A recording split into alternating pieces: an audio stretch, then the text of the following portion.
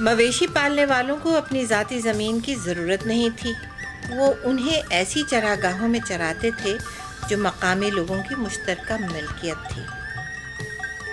مگر آج کل وہ چراگاہیں نہیں رہیں، کیونکہ سرکار نے اپنے مقاصد کے لیے ان چراگاہوں پر قبضہ کر لیا تو باقی پر قبضہ گیرا۔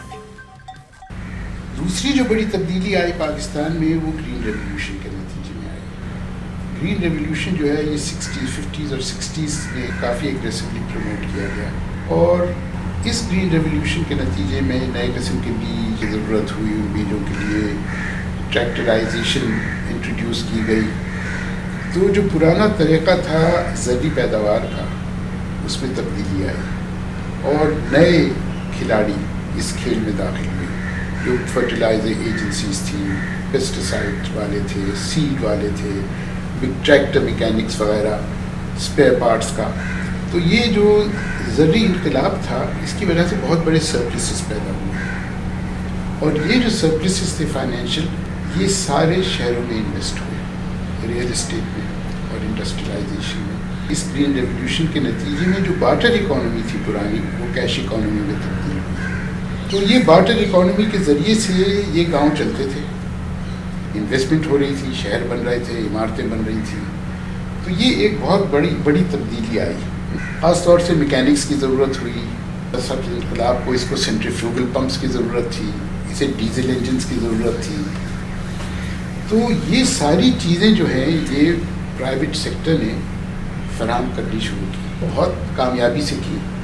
مگر ان چیزوں کے لیے جو انفراسٹرکچر کی ضرورت تھی، فزیکل انفراسٹرکچر کی، وہ فزیکل انفراسٹرکچر نہیں بنا۔ گاڑیاں کہاں کھڑی ہوں گی، کہاں سروس ہوں گی، پھر ٹیوب ویلز لگے اسی گرین ریولیوشن کے نتیجے میں، اس کا تیل کہاں سٹور ہوگا، اس کے انجن کہاں بنائے جائیں گے، ہینڈ پمپس آ گئے۔ تو یہ سارا معاشرہ جو ہے یہ تبدیل ہوا، مگر اس کے ساتھ جو انفراسٹرکچر کی ڈیولپمنٹ کی ضرورت تھی وہ نہیں ہوئی۔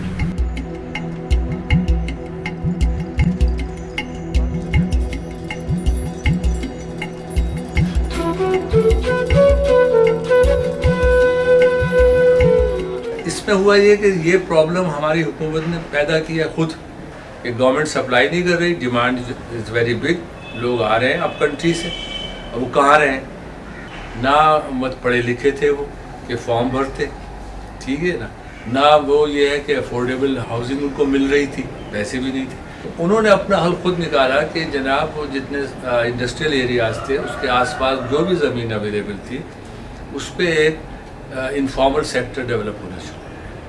اسے اگر گورنمنٹ پلاٹ دے دے سستے دام تو وہ لے لے، اسے نہیں مل رہا تو وہ یہاں خرید رہا ہے، اور اس میں وہ لینڈ مافیا آ گیا۔ انہوں نے یہ دیکھا کہ یہ اس کی اتنی بڑی ڈیمانڈ ہے اور گورنمنٹ پورا نہیں کر رہی، تو یہ اسٹڈی کر لیا کہ یہ سرکاری زمین ہے، اس کو ہم ایئر مارک کر لیں اور اس کے چھوٹے چھوٹے پلاٹ بنائیں اور لوگوں کو سستے دام دیں، اور وہاں سروسز نہ ہوں یا منیمم سروسز ہوں، اور قبضہ فوراً دے دیں۔ سرکار میں یہ چیزوں کا الٹ ہے، وہ ہے کہ اسکیم بنے گی، اخبار میں اناؤنس ہوگی، آپ اپلیکیشن دیں، کامیاب اگر آپ ہو جاتے ہیں تو 25% اپلیکیشن کے ساتھ اور 25% فوراً بعد میں، اور 10 سال انتظار کریں۔ میں بھٹو صاحب نے جب اپنی الیکشن کیمپین 70 میں شروع کی تو انہوں نے روٹی کپڑا مکان کا نعرہ لگایا تھا، تو جب وہ آ گئے پاور میں آ گئے تو اب مکان کا مسئلہ تھا، تو انہوں نے یہ کہا کہ بھئی میں مکان تو نہیں دے سکتا لیکن میں کچی آبادیوں کو ایکسیپٹ کرتا ہوں۔ یہ پہلی دفعہ ہوا کہ کچی آبادی ور ایکسیپٹڈ ایز اے ریالٹی۔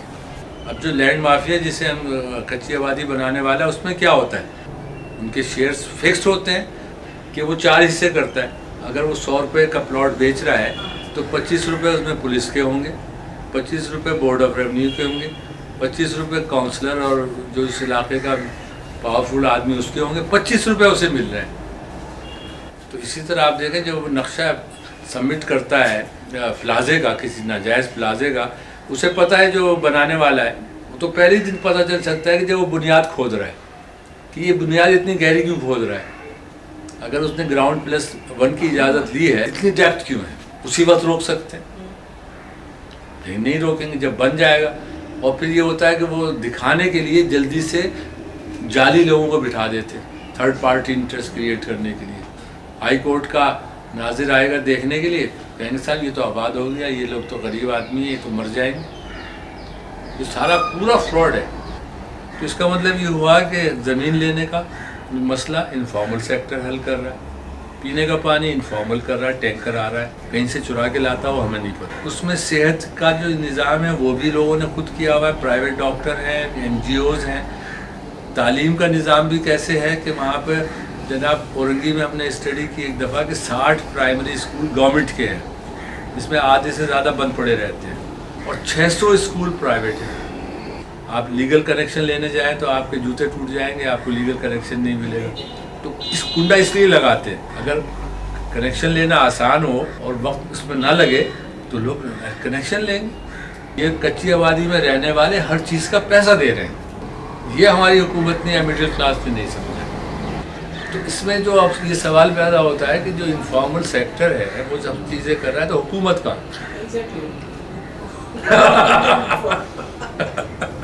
तो मैं तो ये कहता हूँ कि हुकूमत जो है वो असल में एक्सप्लॉइटिव और क्या ना कहना चाहिए एक्सटॉर्शनिस्ट एक रोल प्ले कर रही है।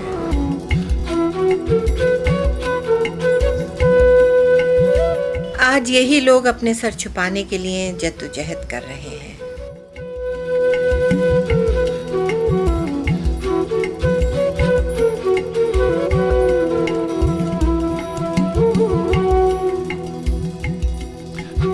हमारे वैल्यूज़ बदल गए। ये नहीं देखा जाता था कि कहाँ रहते हैं, क्या करते हैं, कपड़े किस तरह के पहनते हैं, उनके पास कितने पैसे हैं, क्या है उसकी वो माली हालत या सोशल स्टेटस को नहीं देखा जाता था। उनके इल्म से या उनकी बातों से जो कम्युनिटी में शेयर होती थी और जिससे लोग मुस्तफ़ीद होते थे, उनको उस लिहाज से उनको उनका दर्जा होता था। गवर्नमेंट स्कूल्स और प्राइवेट स्कूल्स दोनों जो थे वो तकरीबन एट पार थे क्वालिटी के लिहाज से। मुझे याद है कि जेकब लाइन्स वाला स्कूल जो है, जेकब लाइन्स गर्ल्स स्कूल जो है, या NJV स्कूल जो है, उसमें एडमिशन लेना जो था वो बहुत यानी मुश्किल चीज़ थी। बहुत अच्छे स्कूल समझे जाते थे। एक एजुकेशन मिनिस्टर साहब बता रहे थे जिस वक्त वो ज़िंदा थे उस ज़माने में कि वो उन्होंने उनकी बच्ची वहाँ पढ़ती थी। उस वक्त वो ख़ुद भी मिनिस्टर थे एजुकेशन के। उनको जैसे बच्ची के इम्तहान में उनके मार्क्स सही नहीं थे तो पेरेंट्स को लिखा जाता है कि भाई आप आकर, वालिदैन से कहते हैं कि भाई आप आकर टीचर से मिलें। उस वक्त पर वो गो के मिनिस्टर थे कैबिनेट में, पाकिस्तान की कैबिनेट में। वो गए उस वक्त जेकब लाइन्स के स्कूल में, और चूँकि वो मर्द थे और लड़कियों का स्कूल था, बाहर बेंच पे बिठाया गया उनको। हेड मिस्ट्रेस और टीचर दोनों बिजी थे तो उनको बिठाया गया। किसी ने उनसे नहीं पूछा कि आप कौन हैं, क्या है, कुछ नहीं। और वो 1 घंटे बैठे, एक वालिदैन के हैसियत से आए थे, उनको उनके सारे रूल्स के तहत उनको चलना था। और जब वो आई वहाँ, उन्होंने उनको खूब डांटा डपटा और कहा कि तुम्हारी बेटी पढ़ती नहीं है, ये है, वो है, फलां है, दिमाग। उन्होंने उनको बताया कि भाई हम लोग अभी ढाके में थे और उन्होंने कभी उर्दू नहीं पढ़ी है, वो बंगाली में पढ़ती, हमारे बंगाली मीडियम में वो पढ़ती थी तो उसको उर्दू नहीं आती है। ठीक है कि हम उर्दू बोलने वाले लोग हैं, लेकिन बहरहाल तो मैं कोशिश करके करूँगा। जब वो चले गए तो किसी ने, जब वो गाड़ी में बैठ के चले गए तो किसी ने कहा कि अभी जो साहब गए थे वो तो वो तालीम के मिनिस्टर थे। कहने लगे हो बस, लेकिन कुछ नहीं हुआ, ना इन्होंने कुछ कहा ना उन्होंने कुछ कहा।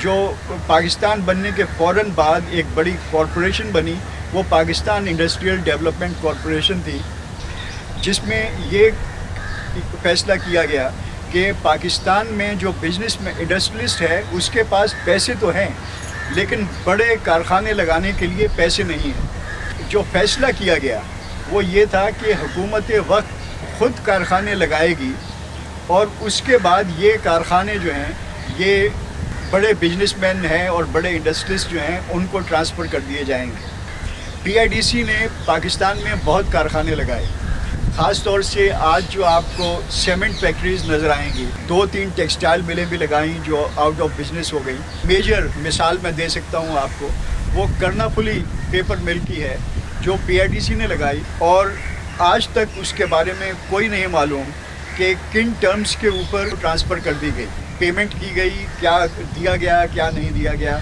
सेठ की तरफ से हुकूमत पाकिस्तान को।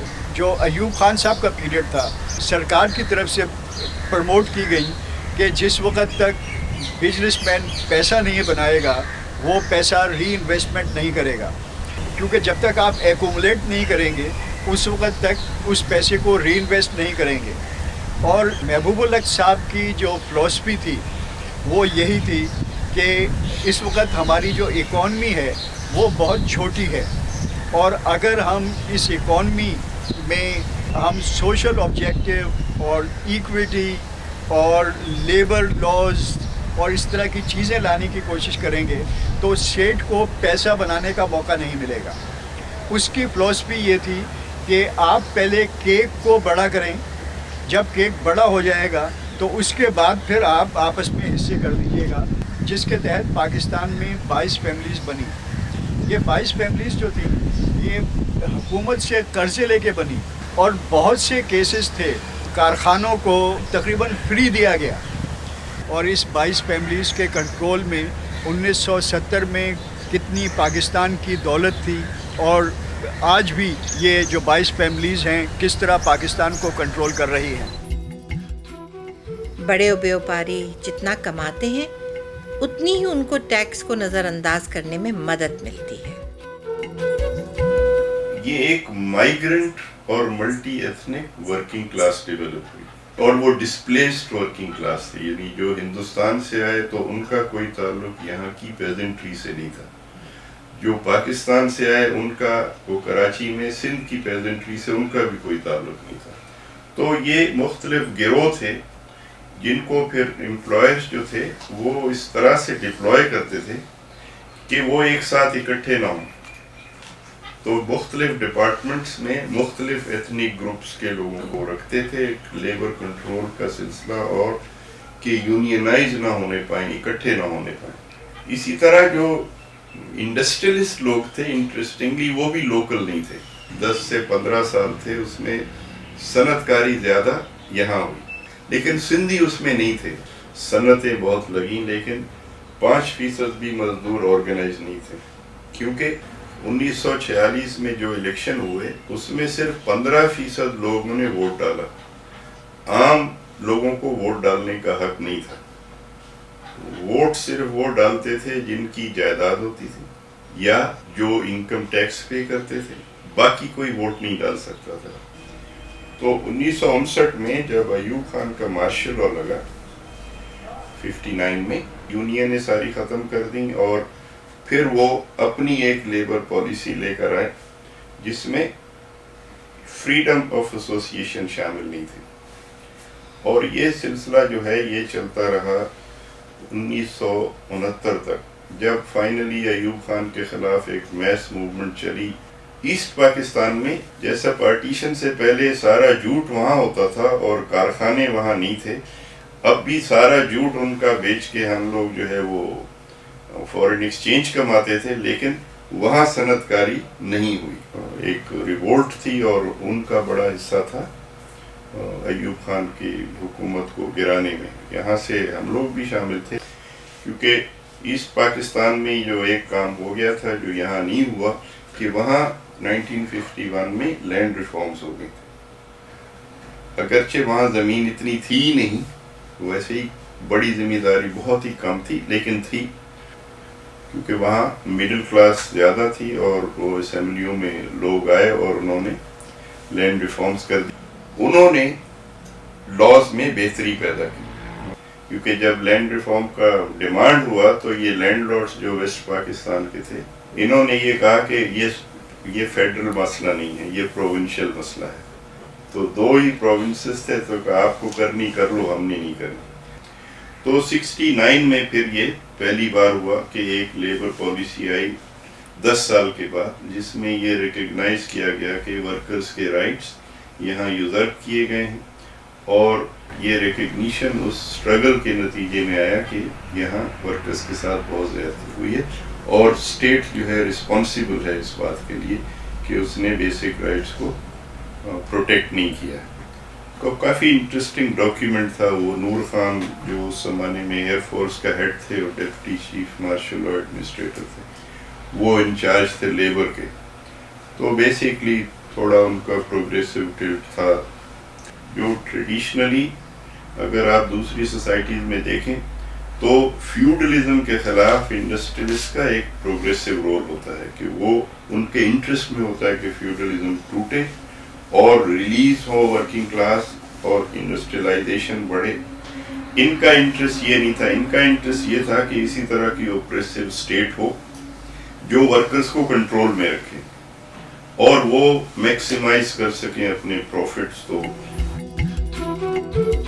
अपने ही लोगों के दरमियान वो अजनबियत महसूस करने लगे और मुश्तरका मफादात पर मुत्तहद ना हो सके। जो सबसे बड़ा जो ट्रेजडी हुई वो ये थी कि जो लेबर था उसके लिए कोई इंसिक्योरिटी नहीं थी। जुल्फ़िकार अली भुट्टो साहब ने जो नेशनलाइजेशन का प्रोसेस किया और लेबर लॉज लाए, उसकी सबसे बड़ी वजह यही थी कि उन्होंने आम आदमी ख़ास तौर से लेबर जो था उसको प्रोटेक्शन देने की कोशिश की और लेबर लॉज लेके आए जो हमारा सेठ उसको एक्सेप्ट करने के लिए तैयार नहीं था।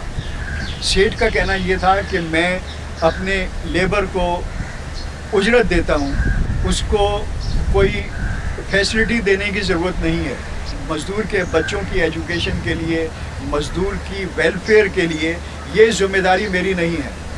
अगर मज़दूर काम करना चाहता है तो वो दिहाड़ी के ऊपर काम करे, अगर काम नहीं करना चाहता तो जहाँ पे उसको और जॉब मिलती है वो वहाँ पे वो जॉब कर ले। यानी जो सोशल वेलफेयर का कॉन्सेप्ट, जो इस्लाम का भी कॉन्सेप्ट है जिसको बुनियाद के ऊपर ये पाकिस्तान बना, वो कॉन्सेप्ट जो है 1947 से कम से कम 1970 तक हमने तकरीबन भुला दिया था। हमने 1970 तक जो इकोनॉमिक पॉलिसीज़ बनाई उसमें सिर्फ पैसे वाले जो लोग थे उनको फेवर किया गया, आम आदमी की प्रोटेक्शन के लिए कोई गुंजाइश नहीं थी। और यही एक वजह बनी जिसकी वजह से भुट्टो साहब को नेशनलाइजेशन करनी पड़ी, और वो नेशनलाइजेशन जो है आम आदमी ने उसको वेलकम किया।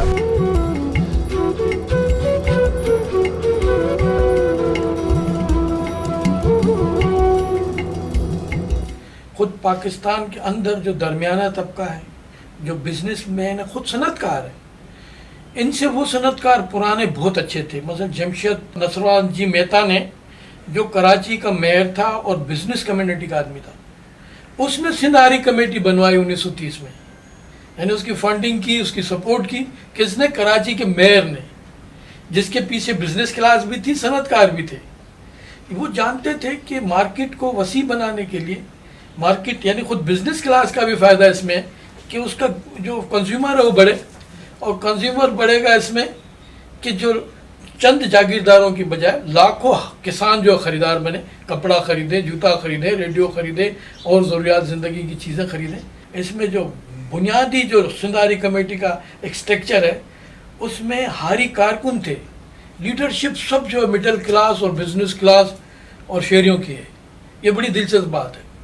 आज जो हमारा बिजनेसमैन मौजूद मार्केट में करोड़ों रुपए खर्च करता है मार्केटिंग पे कि मेरी चीज़ बिके, लेकिन उसको ये नहीं अकल आती है कि भाई आप मार्केट बढ़ाने के लिए भी खर्च करो ना, और मार्केट बढ़ेगी तो आपका बिजनेस बढ़ेगा। अच्छा, आपका ग्राहक है ही नहीं, आप एक दूसरे से ग्राहक को छीनने के लिए करोड़ों रुपए खर्च कर रहे हैं, क्या फ़ायदा आपको? आपकी मार्केट सुकड़ती जाएगी। कल ज़रा इस्लाहत कर लो, एक सीज़न के बाद ये मार्केट 10 गुना ज़्यादा बड़ी हो जाएगी।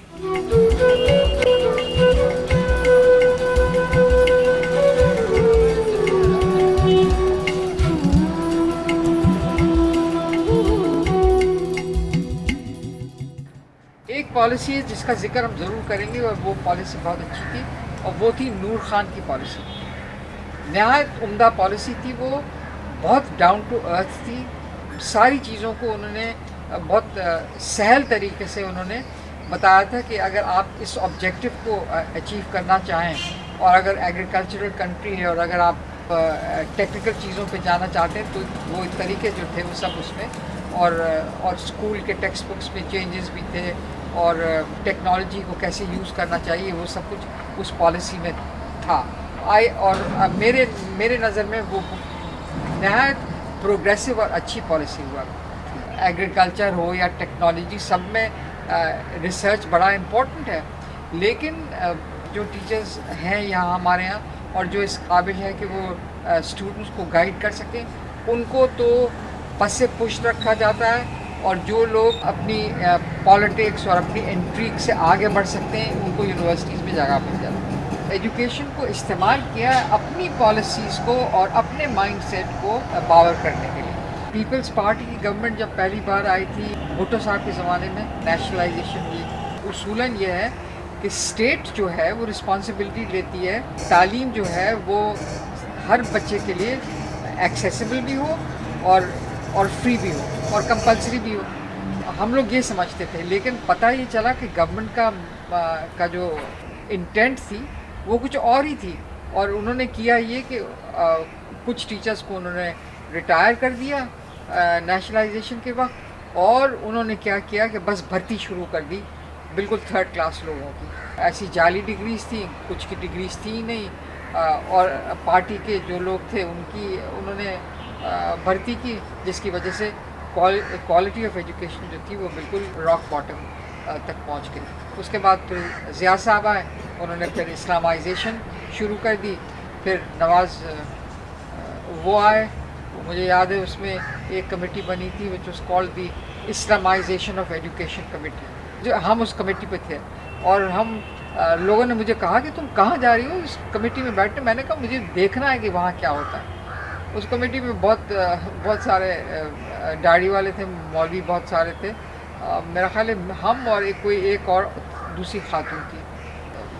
ہم ہر مہینے ملتے تھے, وہاں بڑا کھانا شانا ہوتا تھا, بہت خاطرداری ہوتی تھی, ہم لوگ فرسٹ کلاس میں ٹریول کرتے تھے, لیکن اس کمیٹی سے کوئی رپورٹ ایز سچ کوئی نہیں ملتی. میرا خیال ہے کہ ان کا مقصد ہی یہی تھا کہ کوئی رپورٹ نہ لکھتے, بس صرف ایک ڈبیٹ جو ہے وہ چلتا رہے. لیکن کوئی خاطر خواہ تبدیلی اس لیے نہیں آئی, ایک نیت, اصل میں نیت جو ہے نا وہ دیکھی جاتی ہے. ہوتا یہ ہے کہ اس ملک کے اندر جب بھی فوجی حکومت آتی ہے وہ سب سے پہلے جو ہے وہ اٹیک جو ہے ٹریڈ یونین پر, مزدور تحریک پہ کرتی ہے. لہٰذا ایوب خان کا جب مارشل آیا انہوں نے سب سے پہلے جو ٹریڈ یونین پہ پابندی لگائی, لوگوں کو گرفتار کیا اور اسکیٹرڈ کر دی ساری موومنٹ. اس کے بعد سے ہماری ساری ہسٹری جو ہے ٹریڈ یونین موومنٹ کی اور لیبر موومنٹ کی ہے وہ ڈویژن کی ہسٹری ہے ساری, ڈیوائڈ. اس کو پاکستان کی جو اسٹیبلشمنٹ تھی یا ملٹری رجیم تھی اس نے پوری طاقت کے ساتھ اس کو کرش کر دیا. ڈیموکریٹک آرڈر کو انہوں نے توڑا, اپنا آئین دیا, غیر قانونی انہوں نے الیکشنز کروائے, اور ہر فیکٹری کے ہم نے یہ دیکھا کہ کس طریقے سے ہائر اینڈ فائر کا اختیار ان کے پاس موجود تھا. لوگوں کو کس طریقے سے لانڈی میں, کورنگی میں, لاہور کے اندر کس طرح لوگوں کو مارا گیا. یحییٰ خان کو جانا پڑا. بھٹو صاحب جو لوگوں کی طاقت کے ساتھ اور لوگوں کی بات کرتے ہوئے پیپلز ایجنڈے کے ساتھ وہ الیکشن جیت کے آئے, تو اقتدار میں جب آئے تو انہوں نے کچھ تو ریفارمز کرنے کی کوشش کی, لیکن عمومی طور پہ غور سے اگر دیکھا جائے تو ہمیں یہ نظر آتا ہے کہ ٹریڈ یونین موومنٹ کو اور لیبر موومنٹ کو خراب کرنے میں اس وقت کی جو لیجسلیشن ہے اس نے بہت بڑا رول پلے کیا. اور جو ہے پلانڈ اکانومی کی بات ہو رہی تھی, نیشنلائزیشن کی بات ہو رہی تھی, وہ بنیادی طور پہ ایک بیوروکریٹائزیشن کی, مطلب کہ فیکٹریاں کارخانے لے کے سرکاری کرپٹ آفیسرز کے حوالے کر دی گئی. یا ایون بعض جگہوں پہ یہ ہوا کہ مالکان ہی کو وہاں کا مینیجر یا کچھ بنا دیا. کوئی اس زمانے میں کہ بھائی جو مال کھا جاتا تھا, کسی کا مال اٹھایا کھایا تو کہتے سرکاری مال ہے. مطلب ایک نیگیٹو ٹرینڈ جو ہے پالیٹکس کے اندر ایک کرپشن کو جو ہے نچلے لیول تک لے جانے میں اس ٹائم کے اندر ایک بہت بڑا کام ہوا کہ پولیٹیکل ورکرز کو برائب کیا گیا, ٹھیکے دیے جا رہے ہیں, لائسنس دیے جا رہے ہیں, یا ڈپوز جو ہوتے تھے چینی کے اس کے یہ دیے جا رہے ہیں. ٹریڈ یونین میں بھی انہوں نے اس طرح لوگوں کو برائب کرنا شروع کر دیا. لیبر ڈپارٹمنٹ ڈیولپ کیا, وہ پاکستان کی جوڈیشری کا حصہ نہیں تھی لیبر کورٹس. لیکن یہ کہ ہوا یہ کہ بھٹو صاحب ایک ڈیلیما میں تھے کہ ایک طرف وہ لوگوں کی بات تو کرتے تھے اور ووٹ لوگوں سے لیتے تھے, اور لوگ جب وہ جاتے تھے تو کروڑوں لاکھوں لوگ ان کے جلسوں میں آتے تھے, لیکن جن لوگوں کے درمیان بیٹھتے تھے یا جن کی پالیسیاں وہ لے کے چلنا چاہتے تھے وہ ان کو یہ کہتے تھے کہ آپ بہت زیادہ کر رہے ہو، اور جن کے لیے انہوں نے باتیں کی تھی وہ کہتے تھے آپ بہت کم کر رہے ہو. ان دونوں کے درمیان وہ پھنس کے رہ گیا اور پھر انہوں نے ٹلٹ کیا ان لوگوں کی طرف جن کے ساتھ وہ کلاس وائز وہ جن کے ساتھ تھے. اگر آپ دیکھیں تو تقریباً ہر 10 سال کے بعد ورکرز اکٹھے ہونے میں کامیاب ہوئے اور انہوں نے اسٹرگلز کی، تھوڑی بہت گیمز ہوئیں، لیکن پھر اسٹیٹ نے ان کو سختی کے ساتھ کچل دیا. تو بائی مڈ 70 تو اس جو ایک اپسرج تھی اس کو جو ہے وہ توڑ دیا گیا. تو ہزاروں کی تعداد میں لوگوں کو جیلوں میں ڈالا اور بہت ہی گھٹیا حربے استعمال کیے گئے. یعنی پولیس اسٹیشن میں ٹریڈ یونین ایکٹیوسٹ کی ریپ ہوئی، وہاں خاص طور پہ لوگ ڈپلوائے کیے جاتے تھے جن کا اور کوئی کام نہیں تھا، اور وہ ہیوملیشن کے لیے جو ہے وہ ان کو استعمال کرتے تھے. اور پھر 77 میں جب بھٹو کی گورنمنٹ جو ہے اس کو اوور تھرو کیا جنرل ضیاء نے، تو وہ ایک اگلے جو ہے 10 سال 11 سال انتہائی ریپریسو پیریڈ تھا. ٹریڈ یونینوں پر پابندی لگی. ملتان میں کالونی ٹیکسٹائل مل میں بہت بڑے پیمانے پر میسیکر ہوا ورکرز کا. ابھی بھی پتہ نہیں کہ اس میں کتنے لوگ مارے گئے تھے. اور پھر چن کے جو ہے جو ٹریڈ یونین میں ایکٹیوسٹ تھے، جو لیفٹ کے لوگ تھے، ان کو مارا گیا. 79 آنورڈ جب اس نے فیصلہ کر لیا کہ اب کوئی الیکشن نہیں کرنا ہے، تو پھر اس نے یہ سارے حدود آرڈیننسز وغیرہ جو ہے وہ لے کر آئے. تو یہ جو ملائیت تھی اس زمانے میں، اس کو پھر اس نے یہ زکوٰۃ کمیٹیاں بنائیں اور صلاۃ کمیٹیاں بنائیں. وہ کارخانوں میں آتے تھے CID والے اور حد کے رشوت خور لوگ، اور وہ آ کے لوگوں کو دیکھتے تھے کہ انہوں نے نماز پڑھی ہے کہ نہیں پڑھی ہے. وہ خود نہیں پڑھتے تھے. تو اکثر ان لوگوں کو ہم نے پوچھا بھائی تم کیا کرنے آتے ہو؟ کہ جی ہماری ڈیوٹی کہ ہم دیکھیں کون نماز پڑھ دیں گے. کبھی تم کہ جی ہم کیسے پڑھیں، ہم نے تو دوسروں کو دیکھنا ہے. کوڑے مارنے کی سزائیں لوگوں کو، اسٹیڈیمز کے اندر جا کے ورکرز کو، جرنلسٹ کو پبلک لیشنگ ہوئی. عورتوں کا جو ہے وہ سڑکوں پہ چلنا مشکل کر دیا گیا. وہ سارے جو اس طرح سے لوگوں پر امپوز کیے گئے مذہب کا ایک خاص ویو، اس کا بھی پھر لیبر موومنٹ پر ایک منفی اثر آیا. 60s میں، ارلی 70s میں کافی عورتیں موبلائز ہوئی تھیں، یونینوں کی پریزیڈنٹ، جنرل سیکرٹری بنی تھیں. تو وہ ایک دم سے سارا جو ہے وہ اس کا ریگریشن ہوا. تعلیم کو دو دھاری تلوار بنا دیا گیا، جس سے ایک طرف روشن خیال تعلیم تھی اور دوسری طرف اس کا گمراہ کن استعمال. ضیاء کے دور میں سے پہلے ہمارا معاشرہ بڑی تیزی سے ایک لبرل قسم کی کیپٹلسٹ سوسائٹی کی طرف جا رہا تھا. ضیاء کے دور میں وہ سارے ویلفیئر اسٹیٹ کے کانسیپٹ کو رد کیا گیا. تھیوکریسی تھی، اس کو اسٹیٹ کا آفیشلی حصہ بنایا گیا. مثلاً اجازت دی گئی کہ وہ لوگ جن کے پاس مدرسے کی سندیں ہوں وہ سول سروس میں آ سکتے ہیں، حکومت کی ملازمت کر سکتے ہیں. دوسری بات جو اس میں آئی وہ یہ تھی کہ نماز دوپہر کی، زور کے وقت کی، وہ ایک طرح سے کمپلسری ہو گئی تھی. سارے اداروں میں وہ پڑھی جاتی تھی. چنانچہ یہ پتہ لگ گیا کون شیعہ ہے، کون سنی ہے، کون عیسائی ہے، جو پہلے کسی کو پتہ نہیں تھا. تو یہ سب چیزوں نے سوسائٹی کو فریگمنٹ کیا. اور جو سب سے بڑا نقصان ہوا وہ جو تعلیمی ادارے تھے حکومت کے، یونیورسٹیز تھیں، کالجز تھے، ان میں ساری ایکسٹرا کریکولر ایکٹیویٹیز بند کی گئی. اسپورٹس ختم ہوا، کلچرل ایونٹس ختم ہوئے، ڈیبیٹس کنٹرول کیے گئے، ڈرامہ، تھیٹر وغیرہ سب ختم. ناظم صلاۃ جو ہیں وہ مسجدوں میں اپوائنٹ ہوئے. ان کا یہ کام تھا کہ وہ صبح کو جا کے سب لوگوں کو اٹھائے نماز کے لیے. امیر آبادیوں میں تو یہ نہیں ہوا، مگر جو لو مڈل کلاس آبادیاں تھیں، غریب آبادیاں تھیں، پھر جو لوگ نہیں جاتے تھے ان کے گھر جا کے پوچھا جاتا تھا کہ تم آئے کیوں نہیں. سنیما انڈسٹری برباد کی گئی. تو ایک پوری دنیا بدل گئی. اسی زمانے میں یہ جو کانٹریکٹ سسٹم تھا، جو ضیاء الحق کے دور میں ایک اور چیز آئی جس نے ورکرز کی موومنٹ کو، اس کی آرگنائزیشنز کو بڑا کمزور کیا، एक उन्होंने ऑर्डर निकाला कि फैक्ट्रीज का इंस्पेक्शन नहीं हो सकता है एम्प्लॉयर की मर्जी के बगैर। वो फैक्ट्रीज एक्ट के तहत ज़रूरी है कि साल में एक बार हर फैक्ट्री का इंस्पेक्शन हो, और उससे ज़्यादा ये कि ख़ास तौर पे हेल्थ एंड सेफ्टी के जो हैं स्टैंडर्ड्स वो मेंटेन होते हैं यानी। तो ज़ियाउल हक ने उसको बंद करा दिया। तो लेबर लॉज जो प्रोटेक्टिव लेबर लॉज थे उनको फ्री मार्केट के रास्ते में रुकावट समझते थे।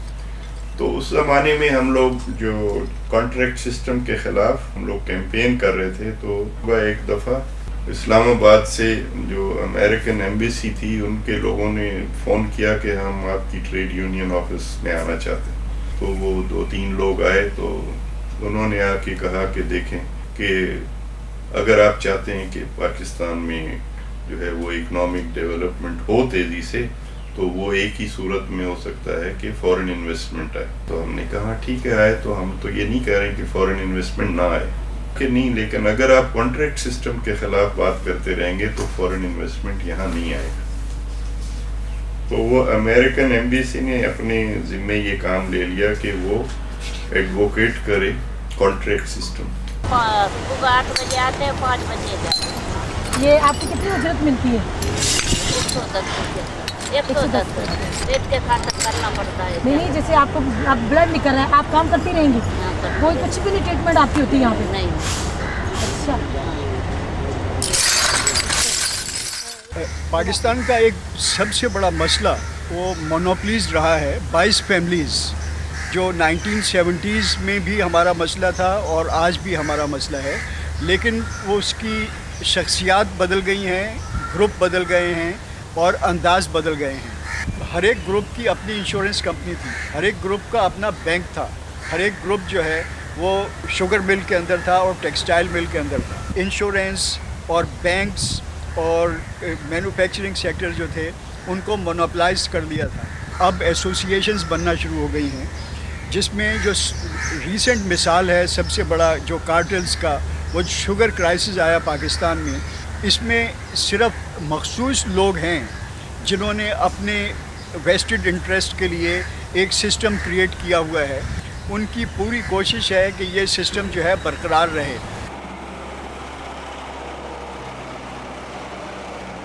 पाकिस्तान में बड़े ज़िम्मेदार ग्रो हो रहे हैं, बड़े ज़िम्मेदार जो हैं उनकी लैंड बढ़ रही है। अच्छा, फिर जो है बड़े ज़िम्मेदार की पॉलिटिकल इनकम होती है, उसके पास वो सिर्फ अपनी एग्रीकल्चर की इनकम से ज़िंदा नहीं रहता, उसके पास वो सियासत की इनकम होती है, करप्शन की इनकम होती है, प्रोजेक्ट्स उसको मिल जाते हैं, ठेके मिल जाते हैं, और उसकी स्टेट की जो सब्सिडीज़ हैं वो सारी उसे मिल जाती हैं, उसे बहुत सारी चीज़ें रिफंड हो जाती हैं। इस तरह से वो जो है उसकी बाइंग कैपेसिटी बढ़ती जा रही है। स्मॉल फार्मर जो है वो अपनी लैंड बेच के गुर्बत का शिकार हो जाता है।